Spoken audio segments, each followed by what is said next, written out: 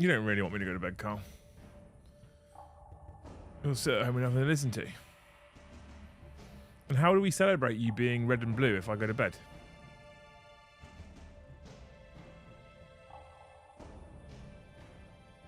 Good evening, everybody. Welcome back to the channel. Thank you so much for joining us on what has been a lovely day here down on the south coast for most people. The weather's been quite nice, actually. The weather's been quite nice. It's been nice and sunny, but I felt really shit today. We've not long had dinner. Dinner and coffee has perked me up slightly. So, you lot know me. If I can stream, I'll stream. Whether I should or not is a different question. If I can stream, I'll stream. So, you know, just do these things for me and it helps. I got jumper, joggers, sweatpants, joggers, whatever you want to call them, slippers on. I'm like an old man tonight because I couldn't, honestly. I could not get warm. But we're here. Today we're going to open this up. I didn't buy any special mead. We got garden mead with mint. It's good for you, right? Honey and mint. Good for you. It's like medicine in a bottle. And I want to do something fun tonight. So, we've done a lot of talking about Space Marines. We've done a lot of talk about the new game. A lot of talking about that over the last 5 days. And so I figured that it would be interesting to use this as the leap-off point, but for a topic that's completely different, okay? So, opinion U-turns. I used to be like, Ultramarines are boring. Now I think Ultramarines are cool as shit. There's a load of memes out there about people going, Ultramarines are terrible. Oh, I'm something of an Ultramarine myself. Like, I'm firmly in that camp right now. I'm that person at the moment. I'm like, I want to make some blue boys. That's me right now.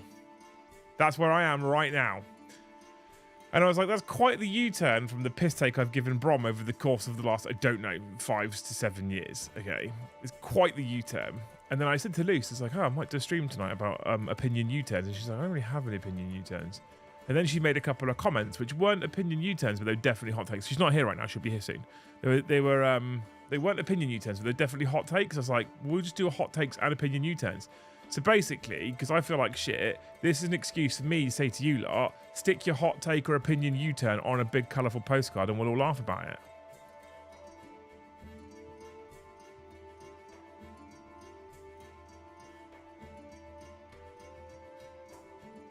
Evan, thank you so much for 5 gifted memberships, you legend. I've still got to update this manually. Fucking bullshit as well.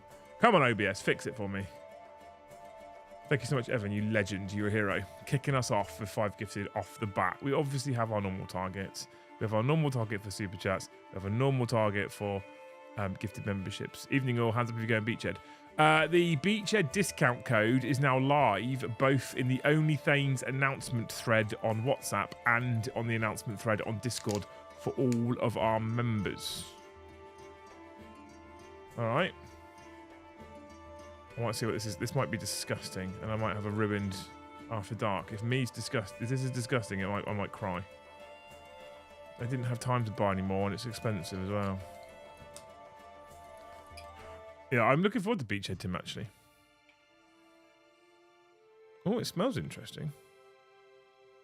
Oh.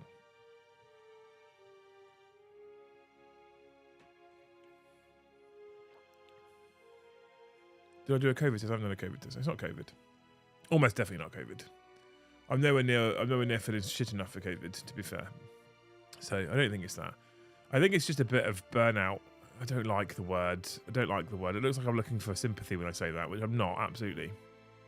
But I think it's been a heavy week, right? It's been a really heavy week. It's been a slow week at times, and that stresses me in the early stages of the month. I just think it's a bit of burnout, chat. I'm fine. Get this down me. Get this stream done. Get to bed. I'm having a chill weekend with Luce. I'm going to the football tomorrow. As long as this headache's gone. I've had a headache all day. As long as this headache's gone, I'm going to the football tomorrow. It'll be a nice chill weekend. I'll come back fresh on Monday. It's just a touch of burnout. I'll be fine. Luce thinks there's a little bug in the house. Not our children. Morning, Emma. Thank you for 10 gifted. You beautiful human being. Thank you so much, you legend. And then Wee Man with 5 as well. You fucking heroes. That's a 5th of the way through the target already. Look at that. 5 minutes in, a 5th of the way through. If we keep that pace up, we'll be happy. Can't you get Joe to give you a hot massage? Yeah, I'm just going to get him to get naked, oil himself out, and just roll all over my back. Does that not sound appealing to you? No. No? Hot take: charging people to play a board game better is a prick move. Only a real dick would make that his entire personality. No, that's Carl. Oh, okay. Yeah. I explained that I talked about the U-turns and you didn't really have any U-turns. No. And so you then said a couple of things which were hot takes. So we've changed it to hot takes and opinion U-turns. And what we're doing is this. Have always been cool. It's GW jamming then down our throats every chance, and plot armor 12 feet thick is the issue. Memes aside, they aren't a bad legion. I think some also find them default. I think they are Marines. default because their box art everywhere, right? I think that's true. Are you saying having something jammed down your throat, Erebus, isn't cool? Thanks for the 10, dude.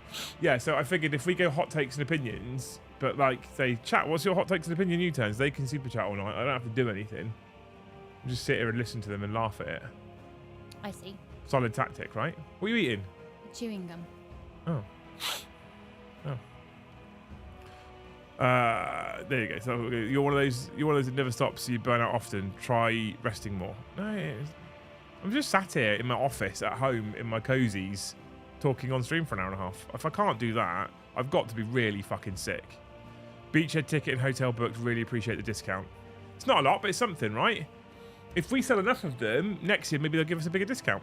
Maybe next year they give us 10%. This year they've given us 5%. I don't think anyone else gets a discount on beachhead tickets, by the way. I think we're the only community right now that's been given a 5% discount on beachhead tickets. Hence it took them a week to sort it out because they don't do it very often. So I feel like we're lucky. Beachhead have gone, we want your lot to come down and play. We want your lot to come down and hang out. Was Evan the first one to do something? Evan was the first gifted, yeah. Yeah. So yeah, I feel like although it's only 5%, it's only 5% now, and it's something. Me, Joe, and Paddy are going. I don't think Brom will come because it's just too many things have got to align for him to come to a whole weekend tournament, including removing the thumbprint from his forehead. So I don't think he'll be coming. Kyle was on about coming, but there's an AOS event too, but I think the ticket's currently only for the 40k one. So I don't know if he's planning to come or not. But it should be a laugh. It's Beachhead. Beachhead is good. I don't know what else to tell you. It's good. Nice big room. Bar at the end of the room. If it's the same room, nice big room. Bar at the end of the room. Windows that overlook the beach. It's lovely. Hence Beachhead. This is an interesting flavour. What's that one? Garden mead with mint. Oh. Someone from the audience sent me this. Okay. It's interesting. I feel like I should have chilled it. Oh. So some meads are better chilled and some meads are better just room temperature. Sometimes it says on there when they say recommend chilled. Some wines they recommend like fish to drink with a fish dish or something. So. Oh fucking hell! I can barely read it because it's got this weird colouring on the bottle. A medium sweet light mead with lovely fresh garden mint overtones. A great accompaniment to any dessert and also stunning when served chilled over ice. Yeah, there you go. Ugh. That's a dessert mead. Jack Rat. So it should have been in the fridge. I didn't know. I don't want to alarm you, but I think I'm getting an earache. I have this one typically quite an earache most days. Most days? Yeah. That's not right. You should tell the boys to talk on the other side of you. Yeah, the boy, yeah. Mouthwash mead. Even a 5% discount is fair, especially when they're sold out previously, so no real incentive. Yeah, exactly. They didn't have to give us anything at all, right? Yeah, I'm going to sort out my ticket soon and hotel and stuff, so I don't have an army. Pfft. You'd be able to sort it out. It's February. You've got loads of time. Arguments can be made Alpha Legion is the largest if you take little from every other Legion. Remove the Wolfie McWolf naming of Space Wolves and they become the coolest chapter. Is that a hot take? Mead on the rocks. I've never had it that way, yeah. I've never had it over ice. That'd be nice, I reckon. I've only got a little bit in my mug, to be honest with you, chat, because I'm feeling dog shit, so. My hot take is salted caramel is disgusting. I quite like salted caramel. I can't. What is there was a trend that everything was going with sea salt, everything. And salted caramel seems to be the one that's stuck, and I just don't get it. Salted caramel. How do you spell caramel? Am I being stupid? Caramel. My U-turn is I MEL. didn't think I'd ever be interested in going to a tournament, yet seeing how good Great Hall at Hellstorm was, and how many people are interested in Beachhead is majorly tempting me. Yes, come on, Printers. Get yourself a ticket. Get yourself a ticket. Hit the Friday night hat trick, right? 20 gifted membership, super chat, ticket done. Job done. How are we tracking the tickets? We're not tracking the tickets at all, Luce. That wasn't the bit I was really focusing on, but we put it in a sandwich. I'll drop it in Thanes. Luce, he can barely read his mead label that must validate another iDest. Shut up, Gaz. Shut up, Gareth. Yeah, right eye first. It's not. It's a weird. They've picked a weird. Look, they've picked a weird colour for the label for the middle section of writing. Oh, wow. So thank you. Yeah. I see what they've done. They've done like mint green writing because it's mint. It's not. But It's not well thought out though. You can barely read it. although I'm proud of this bottle, they don't have the pregnant lady in a line through her. No pregnant ladies allowed. No pregnant ladies allowed. Yeah, that's what most bottles say. No pregnant ladies allowed. Genuinely, on most of our wine bottles, there'll be a silhouette of a pregnant lady and a line through her. Because they're not allowed. Because you're not allowed. Right. So what caramel can get in the bin. What? I think it's lovely. Thanks, Jill. Vindication, yes. I think it's really nice. Ugh. Salted dark chocolate with caramel. Ooh, I see. Right, here's a thing. Right.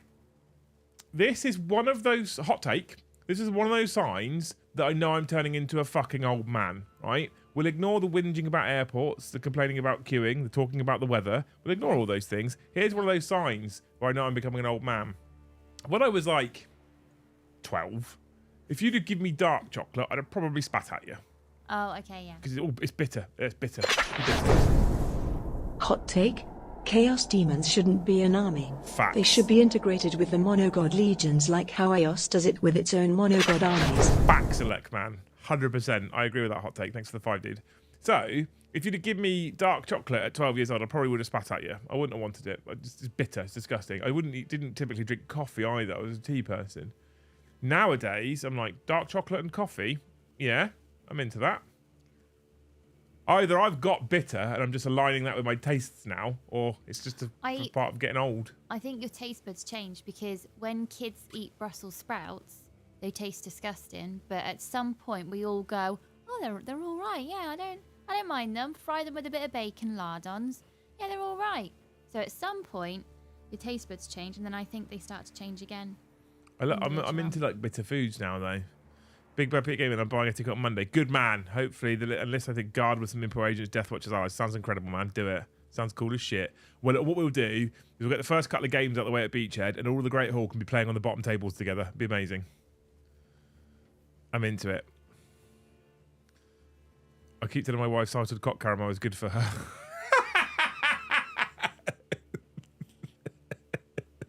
There is an incredibly unimpressed face over the table, to be fair.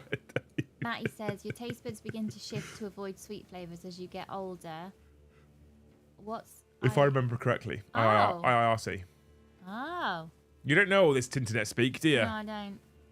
Brussels sprouts are still vile. No, they're not, James. We've got a great name, chat. Snipe him. Snipe him.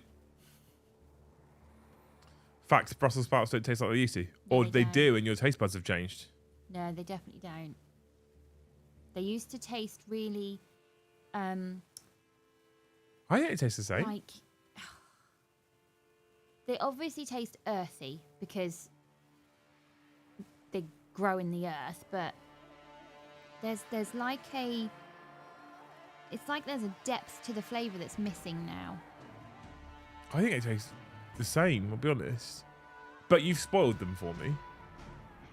You've spoiled Brussels sprouts for me. Why? Because you just have them cooked, steamed, done, eat. And then you're like, what I'm going to do is I'm going to chop them up, I'm going to fry them, I'll add them with bacon and garlic. And now when I eat one that's just steamed, I'm like, what's this nonsense? What's this piece of crap? Lucius, she made beard battered cod this afternoon. Ruins food for me from other places. This is how I make sure you're never going to leave me. Because if some blonde bombshell walks past and I'll go, I'm not worried. I bet she can't cook. I'm not worried. He won't leave me. It's a true consideration. I'm incapable of looking after myself. So, hot sauce food for the win. When I go on scout camps, I carry a bottle of my I used to put a bottle of hot sauce in an ammo pouch. So when we're out on exercise and you just get slop and shit for food and ration packs, you just go blub, blub, blub, bit of hot sauce, lovely job. Tim Chaser, thank you for 5 gifted memberships, you fucking sexual human being. We're a quarter of the way there. Whoa, whoa, whoa. Quarter of the way there. Whoa, Halfway whoa, up whoa. the stairs. Lizard and a prayer.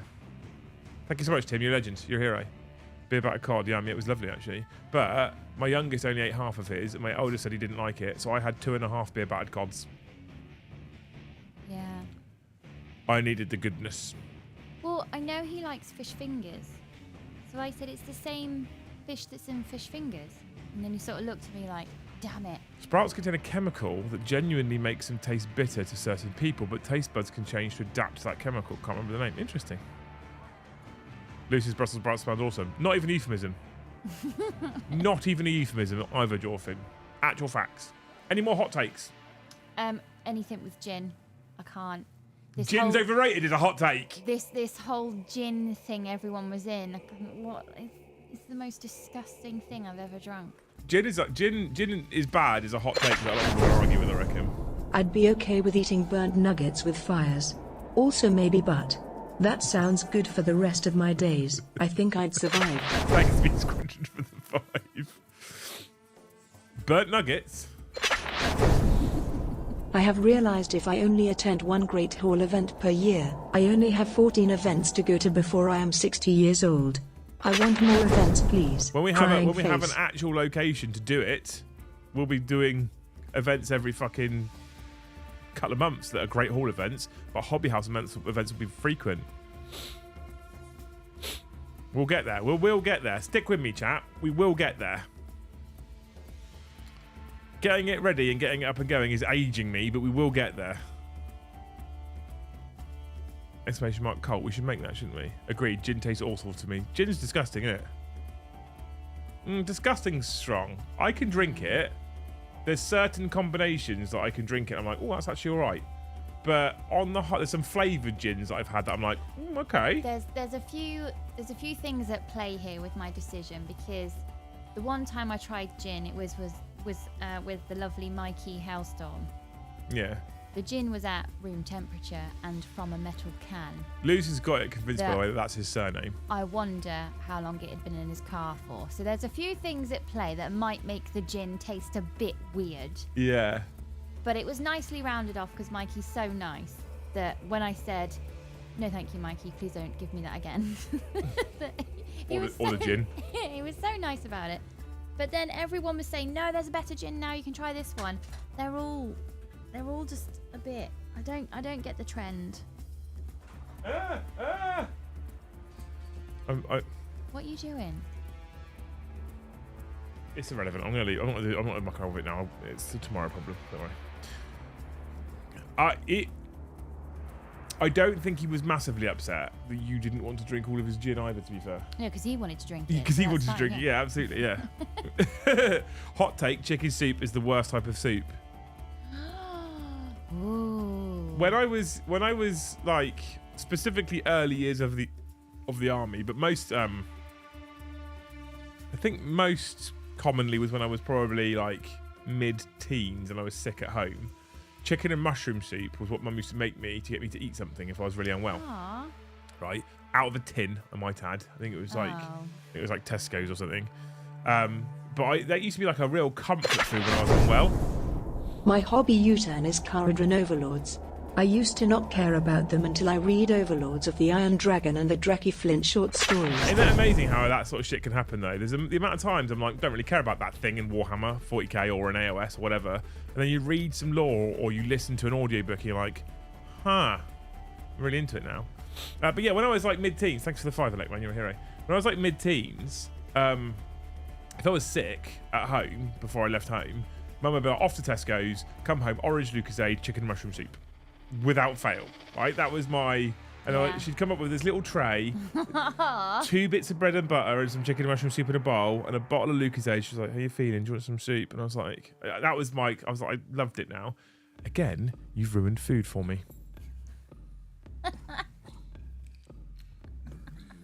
Because I can't eat it now. Did you know on the side of the Lucozade bottle somewhere it says that it's not medicinal? Lies! It is medicinal. It definitely is. If anyone's ever had norovirus and you need to get your electrolytes back in, Lucozade is amazing. But it must be common knowledge because it's either on, when you buy a pack of 6. Yeah. It's either on the outer packaging or it's somewhere on the bottle. Because Absolutely medicinal. When I was lying on the sofa waiting for death to find me, I read the bottle. I would like to know if Lucozade will, if you can get Lucozade on the NHS. No, don't, because they charge you a tenner per bottle. Fair, yeah, absolutely. So. Lucozade. It's a drink. It's not an actual medicine. It is a medicine. It is a medicine, 100%, without doubt. That stuff used to make me better, right?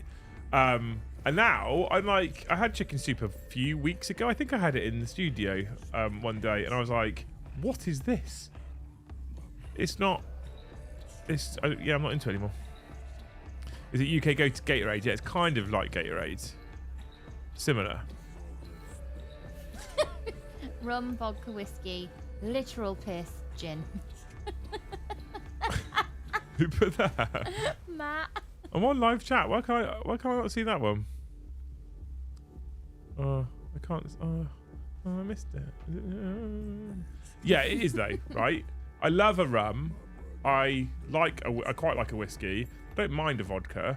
Gin has got to be some special concoction. And here's the thing, right?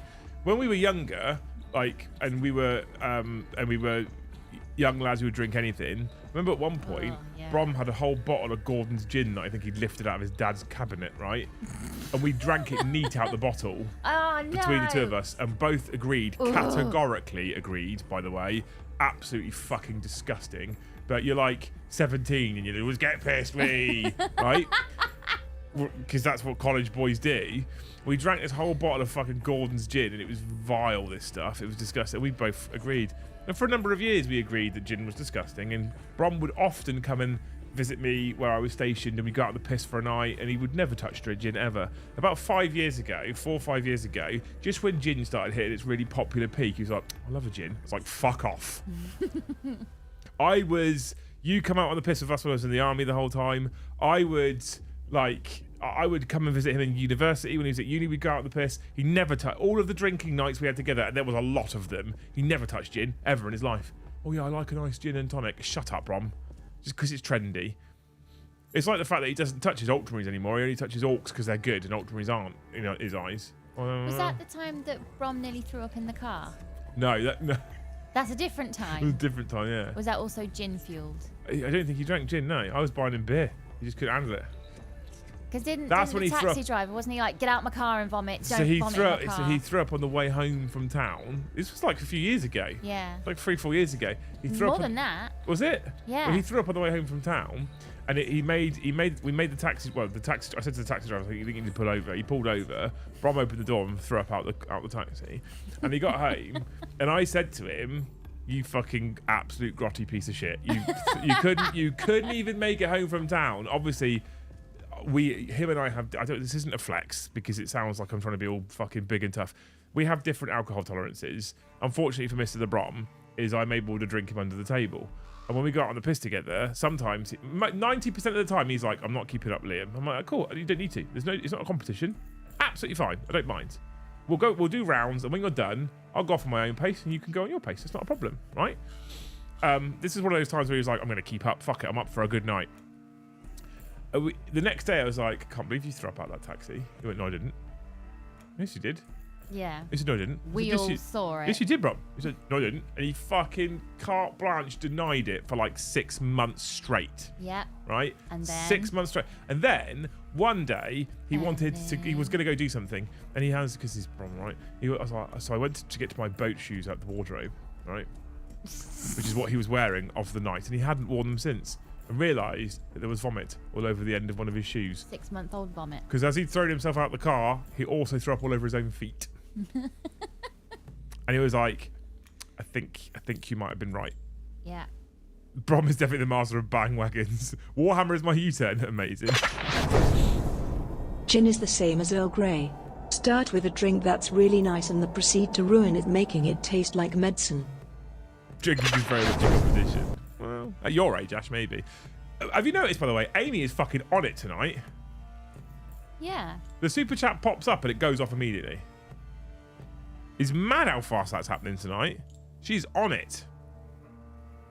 I can forgive the gifted membership tracker not being a thing if the super chats are turning up immediately. I'm here for it. Put drinking in both winter and summer Olympics. Some are done outside in the heat. I'm here for it. I'm 100% here for it. What colour of Sambuca are you ordering though? That's the real test. I don't really like Sambuca. Wait, Sambuca is the aniseed one, right? Taste aniseedy, like licoricey. Yes. Yeah, I can't drink Sambuca anymore. What's the one that actually makes you hallucinate? Begins with an absinthe. Absinthe. Sambuca, I got so incredibly shit-faced on Sambuca one night, and it was our boss was paying for the tab at the time, so I was going outside to throw up in the behind the nightclub, to come back in and carry on shot in Sambuca. Did that for about 2 hours, incredibly irresponsible. At the point at which your body's throwing up, it's saying you've had enough. And it was not a nice experience, and I can't drink it since, because now every time I drink Sambuca, I just think about throwing up. Interestingly, didn't have a hangover the next either. The drink that does that for me, I didn't even drink it, but because I served it loads when I was a barmaid, it's vodka Red Bull. Ugh. Prentice, thank you for the 5 gifted, you legend. If I smell that Red Bull, I go straight back to being at college and just... Ugh. Vodka Red Bull was my go-to about 2/3 of the way into the evening. No. Because it's like... What's mad is how small the Red Bull cans used to be, and there was kind of a warning that came with them. And then Monster cans now... I know, don't get me started on Monster cans, please. Mad. Is there a drink with a Monster can? Because vodka Red Bull... There probably is, yeah. I've seen people mixing standard black Monster cans with the green M on with Guinness. Eh? Yeah, I've seen that happening. It's a monstrosity, that. Doesn't it split? And... Yep. Oh no. Yeah, so vodka Red Bull was one of those where I was like, get 2/3 of the way through the night, start feeling a bit tired, too much dancing, lots of sweat, start getting a bit tired, vodka Red Bull, thought you're right. No. I used to hate gin in my early 20s. Now in my mid-30s I love it. Tastes change, poor Brom. Taste change, poor Bob. He's got 5,000 points painted of Ultramarines, and now suddenly he wants to play Orcs because they're good. And yeah. Robo voice, robo voice, robo voice, robo voice, cat dog 40k. Team Great Hall in the robot vocals. Robot. No, go back. Thanks for the 1777, dude. What a legend. I see the reference there. I see the 7s. Thanks, dude. We're just swapping stories now. Yeah. When I first started drinking, I went to a party with my GF where I drank a QRTR handle of Sailor Jerry. I had to be carried out of the bathroom, pants on, by 2 guys feet dragging behind me. It's Smiley the greatest face. clarification. Had to be carried out of the bathroom pants on is the greatest clarification we've had ever. Thanks for the $20, dude. What a legend. Yeah, this is Friday nights, right? If you're here for 40k chat, or Warhammer chat in general, Friday night is the wrong stream to join us. We talk about 40k. Joe and I are probably going to play some more Space Marine 2 on Monday, because we want to carry on the campaign. So we're going to give Mr. Warhipster a shout, probably play some more campaign on Monday. Tuesday, we'll be back with more AOS content. Wednesday, another Warhammer show. Thursday, more Liam and Joe 40k content. We talk about the hobby and the 40k and the models all week, and then Friday is our weekend blowout. All right, chat bollocks, talk about anything. Jaeger Monster is the combo. Jaeger Monster? Is it? Is that what the kids are drinking now, Ash? So Ash is we're going to live vicariously through Ash, because he's clearly young enough to still look appropriate in a nightclub. Loose. Mm-hmm. Ash was born in 2003. So he's fine then. He fits the bill. So he's 21 years old. So if we have any young questions, we need to ask Ash. Yeah. In a couple of years, Ash will hit puberty. Yeah. Probably. And you can recommend a good razor. No. Well, you used to shave. Yeah. So then when Ash is ready to grow a Don't little use tuft my or razor. something, If you've seen me clean shaven, you'll realise that my razor used to take the top layer of your chin off. And once you've done that for 10 fucking years, you end up with no chin. That's what happened there. Love Friday Night After Dark. Hardly ever get to see it though. Oh, hey Steve, how's it going, dude? I'm not 100% on this one actually. I might chill it next time. Try it that way, like it says. yeah. I'm not sold on it right now, but then it might be because I'm also feeling like dog shit. Any more hot takes? Any more for any more? That voice is so fun. Cheers. Cheers, Matt. Thanks for the 1777. You're a hero. How can someone born in 2003 be old enough to drink? Because I'm only 20, you bastard. Don't age me. how can someone in 2003 be old enough to drink? Well, because it's 2024, Matt. I know that's a shocking thing to think about. I know it's bad that if we now say 20 years ago, we're still in the 2000s. You know. If we now say, 25 years ago, if we now say quarter of a century ago, it's 1999. Yeah, we're only just before when all the computers were going to end the world and nobody knew what to do. Next year, when we say quarter of a century ago, it's still the 2000s. Where the fuck is all this time going? Good man, I've been playing with airbrush. Oh. 2003, the year I joined the army. I joined 2005. I left school in 2003, secondary school. Honestly. I can't order the monster, let alone the Jaeger if I shave. I've seen what you call not shaving, Ash. What I'm saying is, don't sneeze. Because I think it will just come off. He's got a beard like facial hair like the guy out of Team America when he goes undercover. I haven't really watched Team America. I've seen bits of it, so I know some of the jokes, but I've not really watched it and seen it. You've never seen Team America? Not really. It's not really like my kind of humour. I get the jokes, but Gases, I'm pretty sure I've got belly button lint older than Ash. E-State Holdup, vodka, April Aperitivo, pineapple juice, lime juice, cane sugar syrup and passion fruit syrup. You're welcome. Save that. Save that, though. Don't just read it to commit it to memory, because that's not going to work. Like, photograph it or something. Oh. You want to try that one? Why not? The Estons recommended it. Give it a go. I'm not 40ish, I'm in my 30s, and I'll fight you. I've got it. 2003, the year I left the army. Tim left the army the year I left school. Just sound like Shrek 2 is 2 decades old. I know, this is my point. This is my point. Like, I sometimes sit here blissfully unaware, and then when you actually stop and apply some like actual science to time, some actual maths to it, you're like, hang on a minute. How did that thing come out that year? Some of the things I remember so fondly, music albums, movies, etc. You're like, how old is it? So yesterday, we talked about this briefly on another stream, but I'll talk about it again. Yesterday, for the Home Ed Day, Luce was doing National Video Games Day, right? Yeah. Because my kids, as are, I suppose, most children nowadays, are obsessed by video games, right? They love video games. We have to play it carefully, otherwise they'd literally play them every single day, fucking 10 hours a day if they could. We don't allow that. But I thought, well, Luce thought, well, if video games is their interest, let's do a day learning about the history of it, where it came from, etc. Because they're obsessed by video games. So yesterday we did National Video Games Day.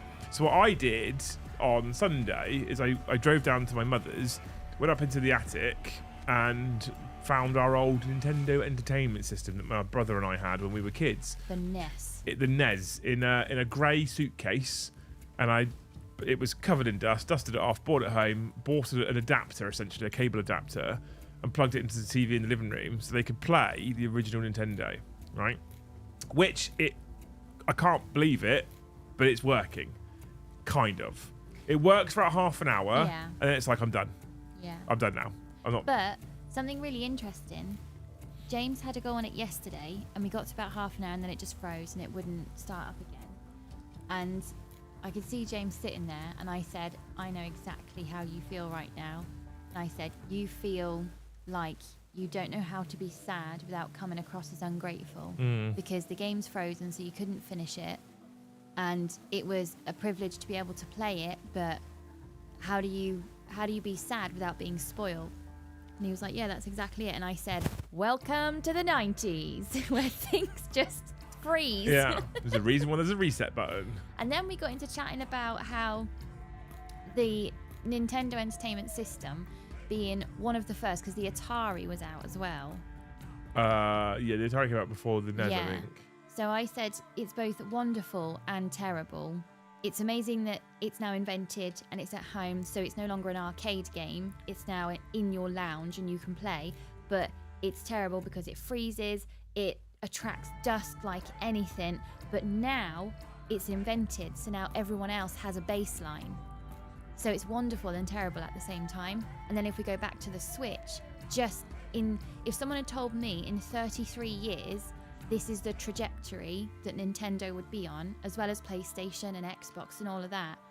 If you take that same 33 years from, say, I don't know, 1870 to 1903, probably not really that much has changed. Yeah.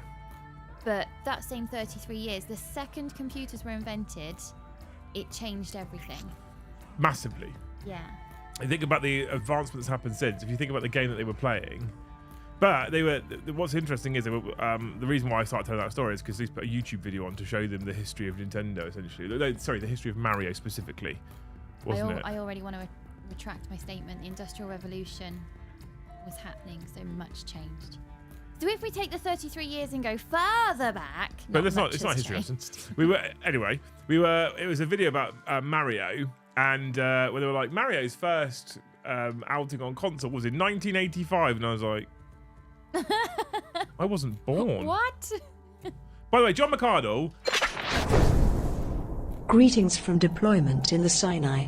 Who? There's a nerd shop here with a painting of Tau on the outside of the building. Amazing. Incredible. Thank you so much for the 10, Mark. I don't know where that is. Where is that? Incredible. John, thank you so much for the 20 gifted. It's given 1 out. So currently, YouTube's telling me there's 31 new members. So at some point in a minute, YouTube will catch up and start chucking gifteds out again. But sometimes it does this and it gets a bit stuck. And I've heard that the only way you fix it is every single person gifts 5 and forces it through. It's like a blocked plug hole, right? Right. So you just got to send lots of pressure down there. You can't pull it back out because you've got that little ring thing that gets in the way. So you can't pull it back out. So you just have to force it through with more and more and more and more members, right? T-Gypt. Oh, okay. Only handed down one generation. I've been caught out. What's that for? The Nintendo 64. N64. My favorite Nintendo console was the GameCube. I don't even know why. We're currently witnessing the boomification of millennials live. I hate fucking names. Matty, I love you. I hate fucking labels based on when you were born. And Luce is about to become deeply nostalgic for turkey twizzlers and Pokemon cards. I had Pokemon cards at school. I had the Pogs. Do you remember Pogs? Oh, 2, 3, 4. It's working. Yes, I remember Pogs. The little round discs. Yeah. Yeah. Yeah. I remember that. There you go. We fixed it. None of you gifted the 5 to solve the problem though. It just the plug hole just unblocked itself. The only one I still have is my PS2. We've got one of them in the attic as well. We've got PS2 in the attic and a PS1 in the attic. I dread to think if they work. What's interesting is what I found was super interesting though was like it came on. We first set it up last Monday, so I finished the 10-hour gaming stream and then set up the Nintendo because why not?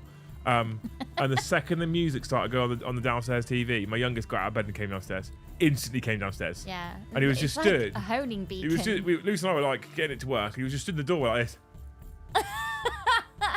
I turned around and looked at him, and this just grin came across his face, and I was like, I honestly thought they'd be like, "This is shit, Dad. Yeah. I can't go backwards. It's not 3D. I've only got fire flowers. Like, I thought they'd be like, this is shit, Dad." They were like, "This is amazing." Yeah. Because the Mario that sort of jumps like running mad in the air, he's all over YouTube, and I think the boys thought that was something that someone made on Minecraft. because it's really Yeah. pixelated. And when I said, no, that's the original Mario, that was on the grey box. We're in the realms of any song they sing. I go, oh, they've redone that one, have they? I hot take. I think that computer games have been ruined. Hot take. I'm throwing a hot take out there, chat. Computer games have been ruined because we caught up now. By the way, we are on the 50. Thank you so much, John, for the 20 man. What a legend! What a fucking hero. Thanks, dude.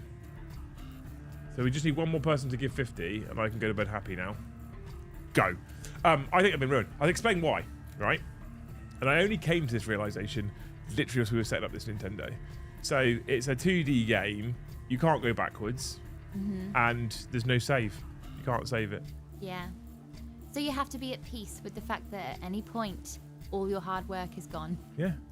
And it crashes and it dies and you Yeah. lose it all. And you have to learn to lose. And like, I don't remember the last time I played any game where it literally came up and was like, game over.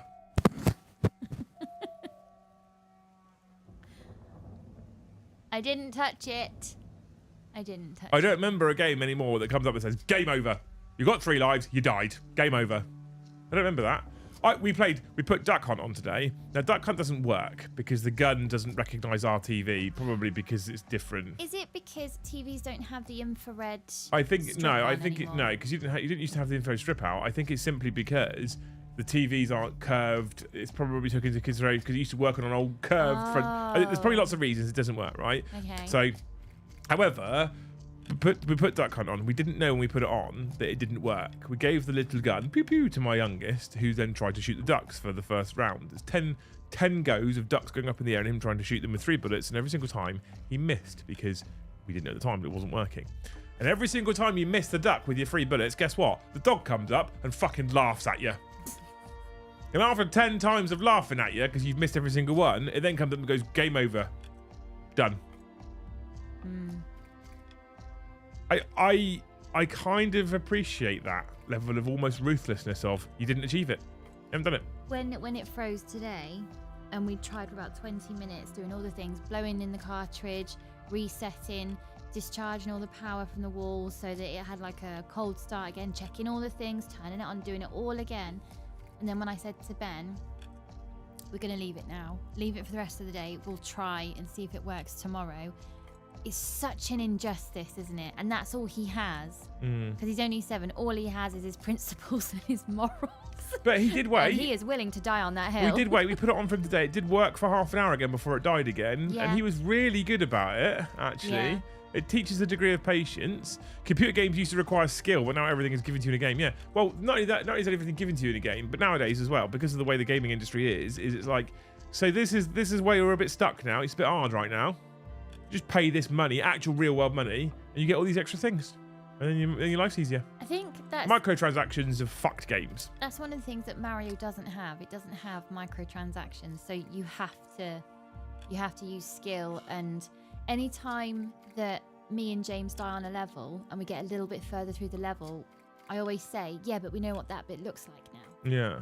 so we can But can go again. And But what be happens on quicker modern day and Mario if you run out of all your lives? You get a continue. Yeah, So old Mario ran out of all your lives, right back to world 1 of 1. yeah. Modern day Mario ran out of all your lives. It's all right, carry on. Yeah. That's the difference. It's sorry, like it's a bit. I think it's a big difference. I genuinely think it's a big difference. Like video games, not only were they simplistic, which made them kind of charming in themselves, but I feel like they did actually teach. They taught you to accept failure, Yeah. and we don't have that anymore No. in video games. And obviously we can teach people to accept failure in other ways, but we don't typically do that anyway in other aspects of life. Old video games are like game over, you've lost. Yeah. You can go again, but you're starting from the beginning. It took us about 20 minutes, and Ben was crying into the sofa, and I was rubbing his back, it was more of a, I know exactly how you feel, and I'm not going to tell you off for being spoiled, because that's not what this is. It's the whole, I didn't get a chance to go through the motions of this is my last go, and then I'm turning it off. It just froze, and that's it. And I know I can't save it, but I didn't know this was my last go. Yeah. Yeah. We came from a bedrock of 30 FPS. Yeah. If you want to play, you need an old-style TV. They've explained in chat about the fact science of Duck Hunt, essentially, and how old TVs refresh a certain way and new TVs don't, so it won't work on our TV at all. Okay. Microtransactions and live service games. Not a fan of must be online to play. I hate must be online to play. I hate it. Our kids have iPads and they have some games on their iPads. And there's some of them, I don't understand it. We go outside, we drive somewhere, they'll have their iPad and they'll be playing a game which is like a Marvel walkthrough or something. It's not even other online players. You're like, no internet connection, you can't play. I'm like, why? Yeah. Why the fuck does he need to be online to play that? Yeah. Unbelievable. Video games teach new aspects of life. If you have the money, you can just pay to win. Facts. Yeah. Fucking facts. Rushed games out full of bugs. Todd Howard's School of Game Creation in a nutshell. If you have a green ball in one hand and another green ball in your other hand, what have you got? Kermit's undivided attention. Thank you, Steve, for 5, dude. You're a legend. That's something that's always baffled me. Games being released with bugs. Then it's not ready for release. But surely. again, so because of live service, because of every console and computer now essentially is connected to the internet, a games company to some extent can now be like, if it's not fixed or it's not working, it's fine because we can just push out an update. In the olden days, listen to me, fuck me. In the olden days, listening. back in there, you didn't have any connection to the internet. If they sent you out a games cartridge or a disc that didn't work, it didn't fucking work. Yeah. No one bought it. Yeah. Because it wasn't like it'll be okay, it'll get an update. It didn't fucking work. So they have to be in working order on release. And now they're like, here's a game. It's not working. Yeah, we'll push a patch out. It's still not working. We'll push another patch out. That patch has just made that problem. We'll push another patch out. Happens all the time. Baffling. And then we live in a situation where certain games, Space Marine 2 to some extent have had this accolade. I think Baldur's Gate 3 was one. It got immense amounts of praise. Immense amounts of praise, Baldur's Gate 3. There's so many people who are, Baldur's Gate 3 is amazing. I was like, well, I'm going to look into it. I don't think I want to play it. And I didn't want to play it in the end. Because Warhip's been on about it loads. He fucking loved Baldur's Gate 3, which is essentially a D&D based video game, essentially. It has a D20 roll system and all sorts of stuff. And you know the biggest compliment that was given to Baldur's Gate 3 on release? That it worked? That it worked. You're joking. 100%. Oh, wow. The biggest compliment I could find was the game just works. Like, how is that now the exception, not the standard? It's unreal. One of my favourite franchises in video games for the longest time was the Battlefield series. But the last one came out and it was in such a shit state, I haven't picked it up at all. Such a shit state. Unbelievable. Like 40k game release for glitches. Yeah, Warhammer 40k team are clearly taking the lead from the video game industry. Peer-to-peer dial-up to an FTP to patch for CD-ROM game in the 90s. Fucking hell. Anyone who played Micro Machines Racer? I love old video games.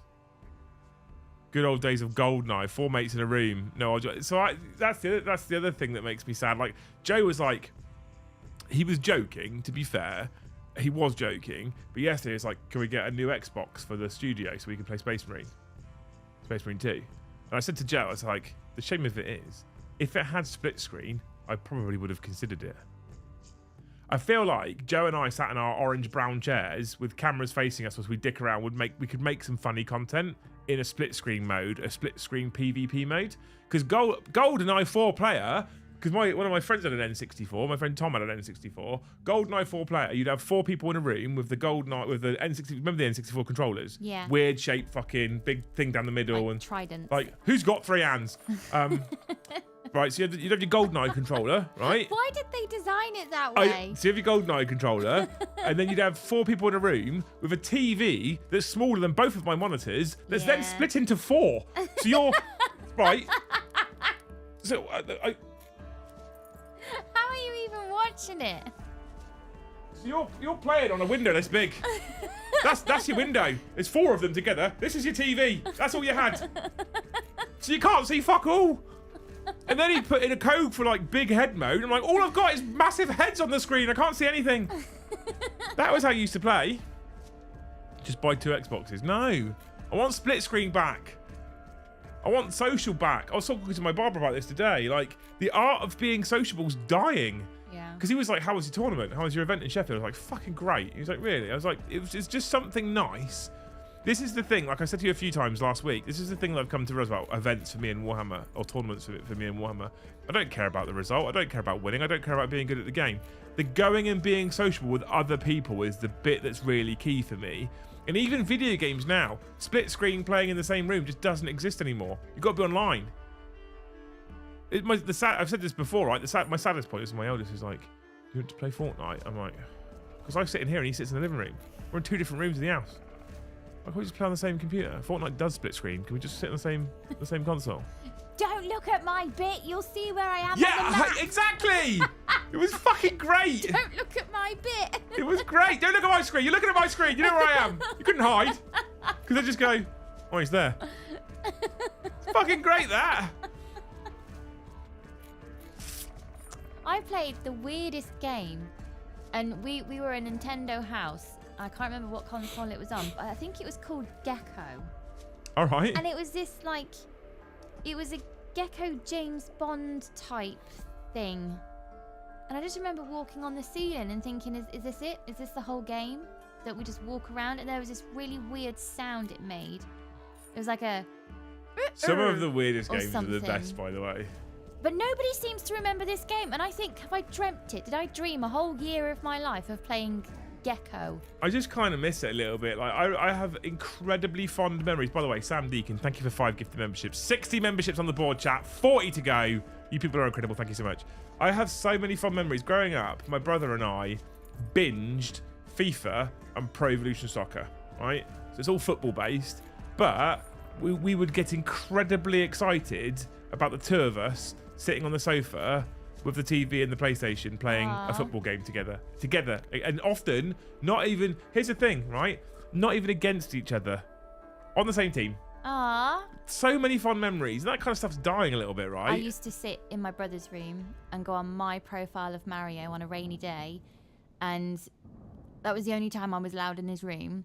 And if I'd tried one time on my own to beat like a mini boss or Bowser, then he would go, do you want me to do it? No, I can do it.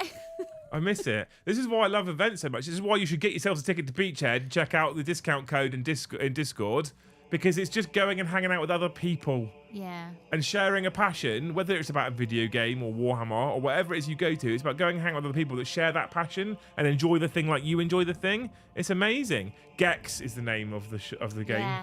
I remember what the game looks like. I can't remember what console it was on. I want to say N64. So hot take, chat. Hot take. Video games have got worse. Graphically more impressive, of course. They've got worse. Hot take. I really loved Yoshi Island. That was my comment. You know how people play Animal Lucy's Crossing talking about games now, yeah. Yeah. Yoshi What's Island. Animal Crossing? It's just like a chill game that I think you grow a farm, or you I remember grow when a The Sims community. came out. The Sims was game breaking when that came out. But Yoshi Island was my chill one. Just go and eat the apples. Don't do anything else. Just eat the apples. Anyone playing Toe Jam and Earl? Trippiest game ever. I've never heard of that one before. But yeah, there's my hot take. Games have got worse. Not because they're graphically worse, because graphically, look at Space Marine 2, right? Graphically, fucking stunning. And there was a special moment on Space Marine 2. There was a moment on Space Marine 2. We played the operations, right? We played 6 operations. It was good fun. We played 2 operations on a harder mode. It was still good fun. I was starting to get a bit fatigued of that mode, though. So I was like, we can't play PvP because Joe's on Xbox and me and Warhips are on PC. So should we start with the campaign? One of my biggest thumbs up to Focus Entertainment, by the way, they're not watching, but if they were, one of my biggest thumbs up to Focus Entertainment was, here's your main story for the game, and you can play the main story with friends. So I got to the point on Monday on the stream at the end of that campaign before Mr. the Warhipster had to go. I haven't touched the campaign again, and neither has Joe, because it is digital and it's virtual, and I like that a little bit less, but because Joe and I are experiencing the campaign at the same time together. And that's kind of cool, right? Yeah. So being able to go through this epic story that they've written, because they apparently have written a very good story, together at the same time, big thumbs up, Focus Entertainment. That's a huge plus point. And there is something a little bit special. There was a moment, I remember, the Cadians back into a hangar, the Space Marines, me, Joe, and Josh, were backing into this hangar, the swarms of Tyranids are just fucking bolt fire, the music comes up, I'm like, they've done a cinematically beautiful job of this. It feels so 40k, it feels so Space Marine, it's fucking incredible. So in that regards, games have got better, right? Graphically and technologically, they've got better. But the fact that they don't teach failure, the fact that they kind of have brought out the in-person social side on the whole, actually, I think that's why the Switch is so popular, because the Switch isn't a device that is graphically going to ever keep up with a PlayStation 5 or an Xbox or even a top-end PC. But the Switch has a lot more games that you play together in a room. Like, it literally, look at the adverts that Switch put out there. They've got 4 people with controllers sat around on one console. Yeah. They do that. They're doing that on purpose. Yeah. Because they know that will sell over the graphics, because they can't beat PlayStation, Xbox for the graphics. So here's all the family playing games together on a Switch. That's their selling point. And I think it's smart, because there's a lot of that doesn't exist anymore, which makes me sad. There's no teaching failure. Everything's fucking microtransactions. You can buy your way out of a problem. Yeah. Just hot take, games have got worse. I used to be an avid video gamer. I know you can back it up. I don't really play anymore. No. To be honest. Don't really. And some of them now, I really, really, really, really, really, really, really want to play Assassin's Creed Valhalla. Want to. I love the Assassin's Creed franchise. I love everything Viking. It's like the perfect game. And I can't get into it because it takes so fucking long to get going. I'm like, just let me play a fucking game. Yeah.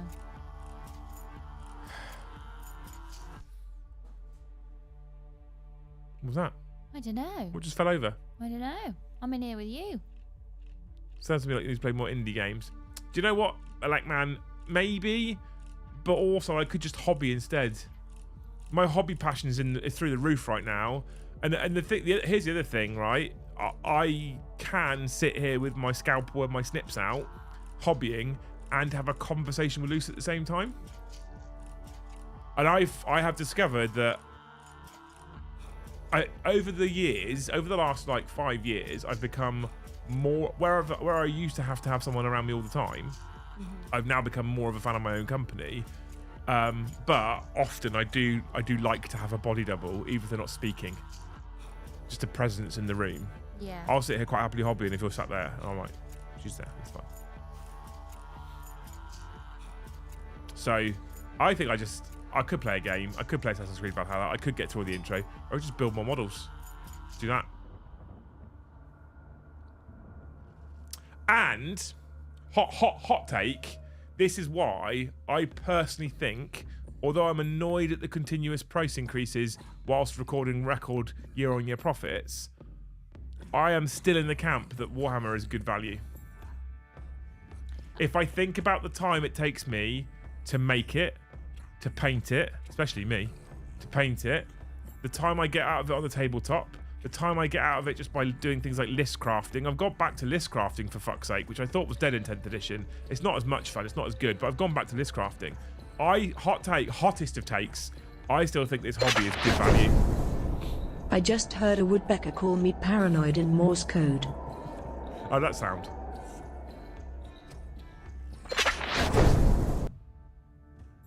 They're all just talking about video games now. Chat, we're on 60 members. How many people give 5? Go. 1. 8, Luce. There's 60 members, there's 40 left. No, after your brother's question, I'm not doing maths now. That's a great question. We never found out what those boats were.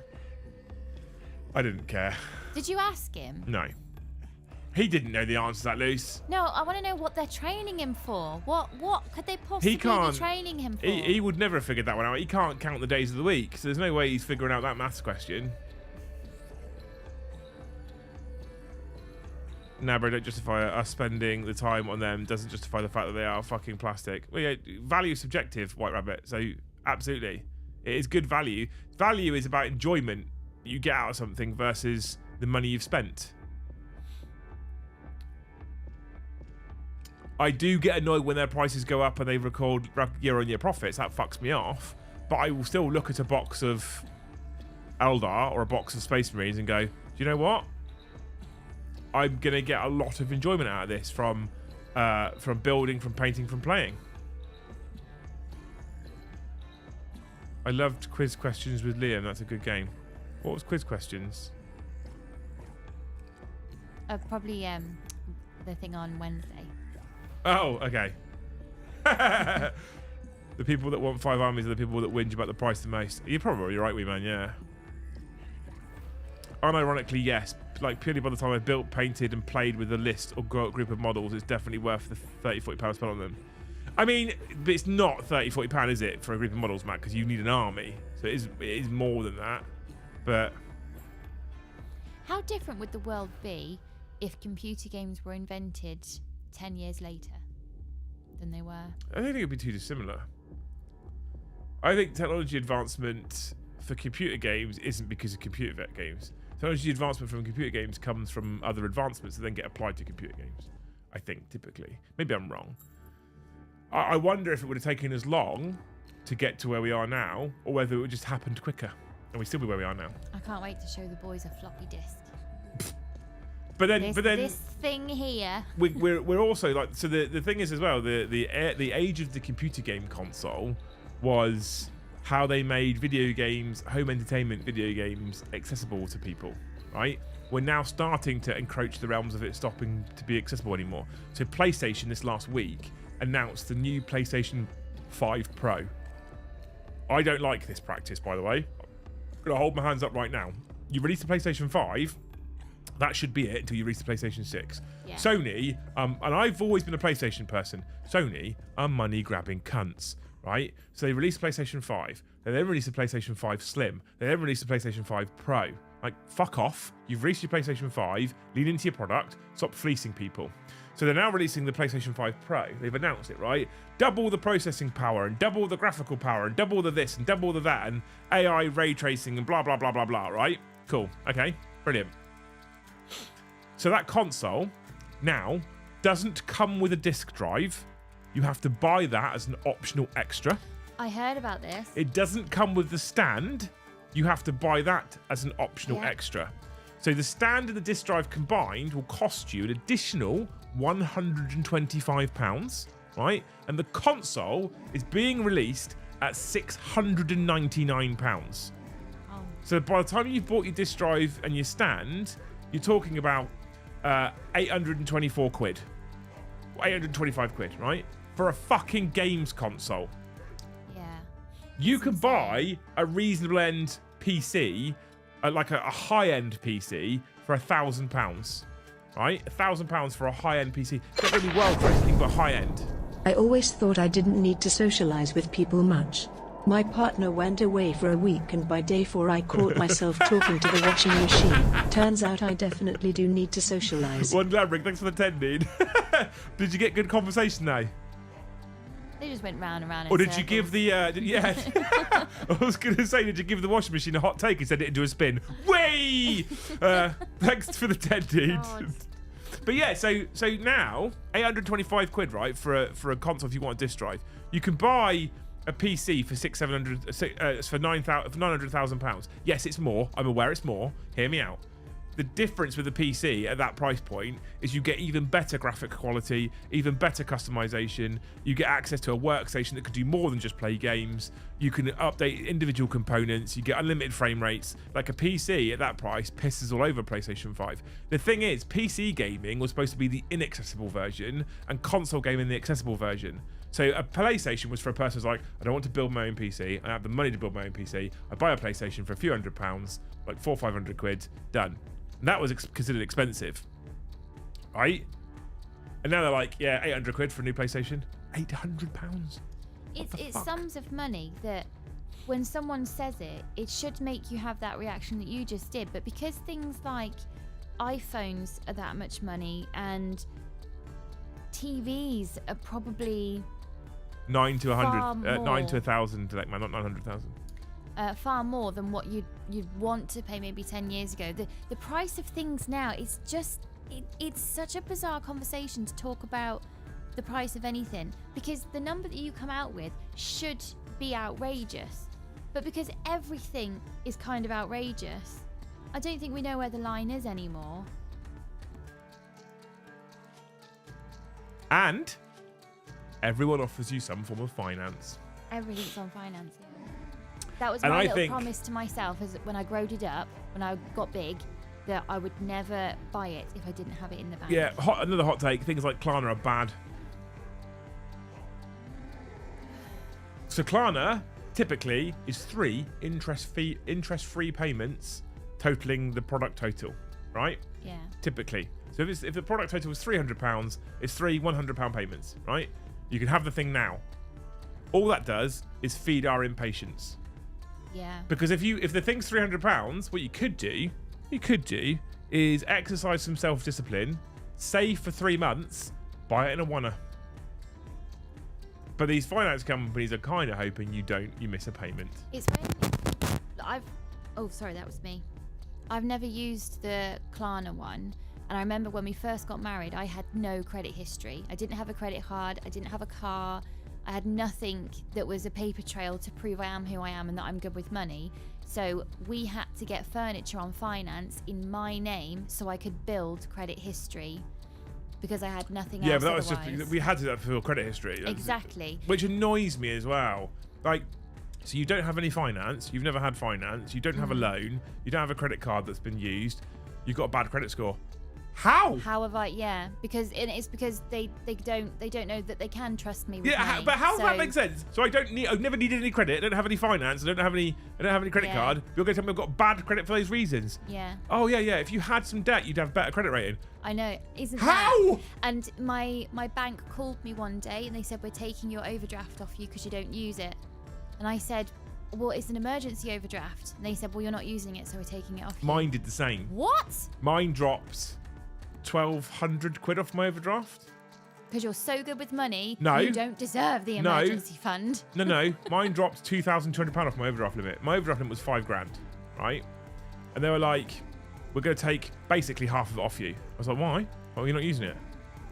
That's a good thing. Yeah, I'm not supposed to be in the overdraft. That's a good thing, right? Yeah. And they're like, yeah, but you're not using it, so we're taking it off you. Yeah, but the reason why I have it is in case I really fucking need it. Like, I'm self-employed. If I have a bad month and no one turns up for a month, because that could happen, it's a possibility, I've got a £5,000 buffer there, so I've got time to panic and work out how I fix the problem. They're like, yeah, we're taking half of it off you because you don't use it. I said, but I'm the good customer. I'm not using it. But of course, if I'm not using it, I'm not making them any money. Yeah. That's the problem. Yeah.